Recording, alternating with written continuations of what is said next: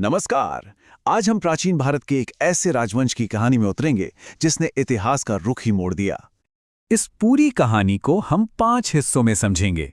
उनकी विवादों से भरी शुरुआत, फिर पहले साम्राज्य निर्माता का उदय, उनकी वो विशाल सेना जिसका कोई मुकाबला नहीं था, धनानंद का भ्रष्ट शासन और आखिर में नंदों का पतन। इस स्ट्रक्चर से आपको एग्जाम के लिए सारी बातें आसानी से याद रहेंगी। तो चलिए कहानी की एकदम शुरुआत से शुरू करते हैं। नंद राजवंश अपने जमाने में एक तरह की क्रांति था, एक रेवोल्यूशन। अब आप पूछेंगे क्यों? क्योंकि ये मगध की गद्दी पर बैठने वाला पहला गैर क्षत्रिय राजवंश था। सोचिए, उन्होंने उस वक्त के सोशल और पॉलिटिकल रूल्स को सीधी चुनौती दे दी थी। अगर हम मगध की पूरी टाइमलाइन पर नजर डालें तो नंद डायनेस्टी एक बहुत ही क्रूशियल मोड़ पर आती है। शिशुनाग वंश के खत्म होने के बाद और भारत के सबसे महान मौर्य साम्राज्य के शुरू होने से ठीक पहले इनका राज करीब 344 से 322 ईसा पूर्व तक भले ही छोटा था, पर इसका असर बहुत गहरा था। अब आता है कहानी का सबसे दिलचस्प और एग्जाम के लिहाज से सबसे जरूरी हिस्सा। महापद्म नंद असल में थे कौन? इस पर इतिहासकारों में अलग अलग मत हैं। देखिए, हिंदू पुराण कहते हैं कि वो आखिरी शिशुनाग राजा और एक शूद्र महिला के बेटे थे। वहीं ग्रीक अकाउंट्स एक पूरी अलग ही कहानी सुनाते हैं कि वो एक नाई थे जिसने रानी का दिल जीता और राजा का कत्ल कर दिया। जैन और बौद्ध ग्रंथ भी उन्हें नाई और गणिका का बेटा या डाकुओं का सरदार बताते हैं। पर इन सारी कहानियों में एक बात कॉमन है कि महापद्म नंद एक साधारण गैर क्षत्रिय बैकग्राउंड से आए थे। तो चलिए अब महापद नंद के शासन को करीब से देखते हैं। इन्हें सिर्फ एक राजा नहीं बल्कि भारत का पहला सच्चा साम्राज्य निर्माता माना जाता है। एक ऐसा विजनरी जिसने पूरे देश को एक करने का सपना देखा। महापद्म नंद को एक बहुत ही दमदार उपाधि मिली थी, सर्वक्षत्रांतक। इसका मतलब है सभी क्षत्रियों का नाश करने वाला। ये टाइटल उनकी मिलिट्री स्ट्रैटेजी को दिखाता है, जिसके तहत उन्होंने अपने सभी विरोधी क्षत्रिय राजवंशों को बुरी तरह हराया और अपनी सत्ता को मजबूत किया। इसी वजह से उन्हें दूसरा परशुराम भी कहा जाता है। उनकी एक और उपाधि थी, एकराट, यानी एकमात्र सम्राट। ये टाइटल इसलिए इतना खास है क्योंकि वो पहले ऐसे शासक थे जिन्होंने उत्तर भारत के इतने बड़े इलाके को कुरु से लेकर दक्षिण में गोदावरी नदी तक एक झंडे के नीचे ला खड़ा किया। ये उनके साम्राज्य के स्केल को दिखाता है। यहां देखिए उनकी कुछ बड़ी जीतों को। पांचाल, कलिंग, काशी, अश्मक, कुरु, शूरसेन, ये उस जमाने के सबसे ताकतवर राज्य थे और महापद्म नंद ने एक एक कर सबको अपने साम्राज्य में मिला लिया। इन जीतों ने मगध को भारत की सबसे बड़ी सुपर पावर बना दिया। लेकिन महापद्म नंद सिर्फ एक योद्धा नहीं थे, वो एक बहुत ही काबिल एडमिनिस्ट्रेटर भी थे। उन्होंने एक सेंट्रलाइज्ड एडमिनिस्ट्रेशन सिस्टम बनाया, कलिंग में सिंचाई के लिए नहरें बनवाईं, व्यापार को बढ़ावा दिया और टैक्स कलेक्शन का एक प्रॉपर सिस्टम तैयार किया। इन सबसे क्या हुआ? साम्राज्य की तिजोरी हमेशा भरी रही और प्रजा खुशहाल हुई। अब बात करते हैं नंदों की उस ताकत की जिससे दुनिया डरती थी, उनकी विशाल सेना। जी हां, ये वही सेना थी जिसका नाम सुनकर सिकंदर के विश्व विजेता सेना ने भी भारत में आगे बढ़ने से इनकार कर दिया था। जरा इन आंकड़ों पर गौर कीजिए जो ग्रीक इतिहासकारों ने दिए हैं। 2 लाख पैदल सैनिक, 20,000 घुड़सवार और 3,000 से ज्यादा जंगी हाथी। इतनी बड़ी और ताकतवर सेना को बनाए रखना कोई मजाक नहीं था।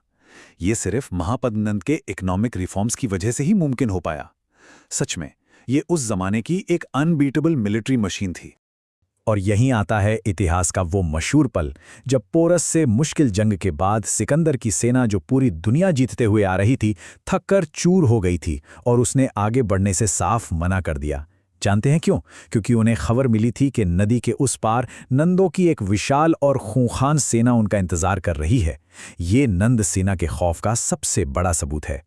कहते हैं ना, हर कमाल की कहानी में एक मोड़ आता है। अब कहानी अपने शिखर से ढलान की ओर बढ़ती है। महापद्म नंद के बाद गद्दी पर बैठे उनके बेटे धनानंद, जो नंद वंश के आखिरी राजा साबित हुए, और यहीं से शुरू हुई पतन की कहानी। यहां आप बाप और बेटे में जमीन आसमान का फर्क देख सकते हैं। एक तरफ थे महापद्म नंद, एक साम्राज्य निर्माता, एक विजनरी, और दूसरी तरफ था धनानंद, सिर्फ पैसे का लालची, जालिम टैक्स कलेक्टर और एक घमंडी अनपॉपुलर राजा। उसे विरासत में एक महान साम्राज्य तो मिला, पर उसे संभालने की समझ नहीं मिली। कहा तो ये भी जाता है कि उसका नाम धनानंद भी जनता ने ही रखा था, जिसका मतलब है जिसे सिर्फ धन में ही आनंद आए। उसने अपनी प्रजा पर इतने भारी टैक्स लगा दिए कि पूरे राज्य में उसके खिलाफ गुस्सा भड़क उठा और साम्राज्य अंदर से खोखला होने लगा। और फिर आता है कहानी का वो टर्निंग पॉइंट जिसने भारत का इतिहास बदल दिया। जब धनानंद ने अपनी भरी सभा में महान विद्वान चाणक्य का अपमान किया तो चाणक्य ने वो ऐतिहासिक प्रतिज्ञा ली, मैं अपनी शिखा तब तक नहीं बांधूंगा जब तक इस घमंडी राजवंश और इसके भ्रष्ट राजा को मगध की गद्दी से उखाड़ नहीं फेंकता। और चाणक्य की ऐसी प्रतिज्ञा के साथ शुरू होता है नंद वंश का आखिरी और सबसे ड्रामेटिक अध्याय। अब हम देखेंगे कि कैसे एक इंसान के बदले की आग ने एक पूरे साम्राज्य को जलाकर राख कर दिया और भारत के सबसे महान मौर्य वंश के लिए रास्ता बनाया। इसके बाद जो हुआ वो इतिहास का सुनहरा पन्ना है। चाणक्य ने अपनी प्रतिज्ञा पूरी करने के लिए एक नौजवान चंद्रगुप्त मौर्य को ढूंढा और उसे तैयार किया। दोनों ने मिलकर धनानंद के खिलाफ जनता के गुस्से का फायदा उठाया, एक सेना खड़ी की और आखिरकार 322 ईसा पूर्व में धनानंद को हराकर मौर्य साम्राज्य की नींव रखी। हम बात कर रहे हैं मौर्य साम्राज्य की। ये पूरी चर्चा इस तरह से होगी कि प्रतियोगी परीक्षाओं के सारे जरूरी पहलू कवर हो जाएं। तो हमारा सफर कुछ इस तरह आगे बढ़ेगा। हम शुरू करेंगे कि आखिर ये साम्राज्य बना कैसे, फिर मिलेंगे इसके सबसे बड़े शासकों से, समझेंगे कि इसका राजकाज कैसे चलता था और आखिर में जानेंगे कि इतने विशाल साम्राज्य का अंत कैसे हो गया। तो चलिए इस समय में थोड़ा पीछे चलते हैं, करीब 322 ईसा पूर्व, और देखते हैं कि वो कौन सी परिस्थितियां थीं जिन्होंने भारत के पहले महान साम्राज्य को जन्म दिया। जरा इस नक्शे पर गौर कीजिए। उस वक्त क्या हो रहा था? एक तरफ नंदवंश का पतन हो चुका था और दूसरी ओर सिकंदर के जाने से उत्तर पश्चिम भारत में एक राजनीतिक खालीपन, एक पावो वैक्यूम सा बन गया था। बस यही वो सुनहरा मौका था जिसे चाणक्य के मार्गदर्शन में चंद्रगुप्त मौर्य ने बहुत खूबसूरती से भुनाया।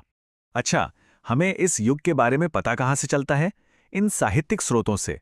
जहां कौटिल्य का अर्थशास्त्र हमें राजकाज की अंदरूनी बातें बताता है, वहीं मेगिस्थनीज की इंडिका एक यूनानी राजदूत की नजरों से उस समय का भारत दिखाती है। देखिए, किसी भी महान साम्राज्य की कहानी उसके शासकों के बिना अधूरी है।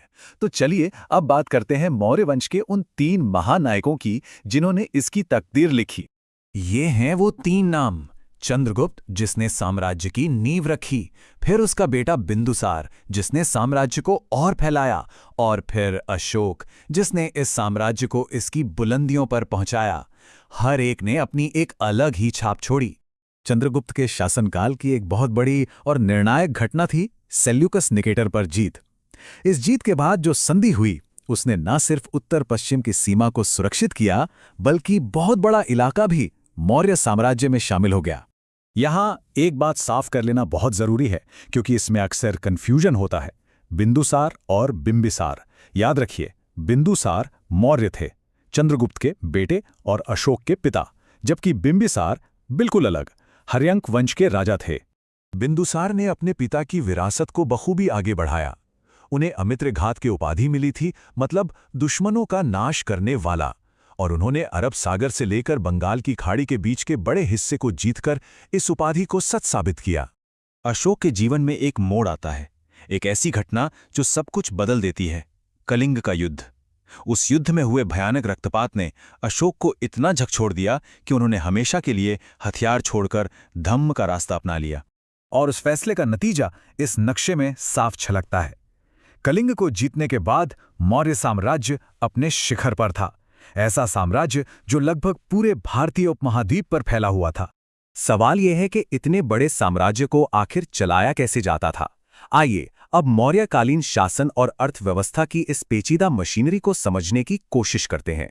एक बात समझनी होगी, मौर्य साम्राज्य पूरी तरह से सेंट्रलाइज्ड था, मतलब हर तरह की ताकत, चाहे वो प्रशासन की हो, न्याय की हो या सेना की, सब कुछ सीधे सम्राट के हाथ में होती थी।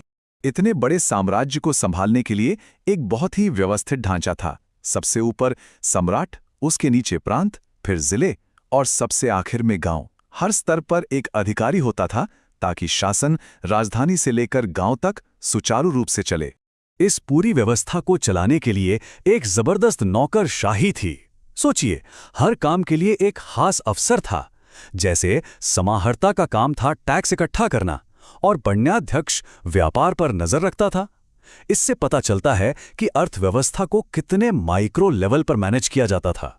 तो मौर्य अर्थव्यवस्था की नींव क्या थी?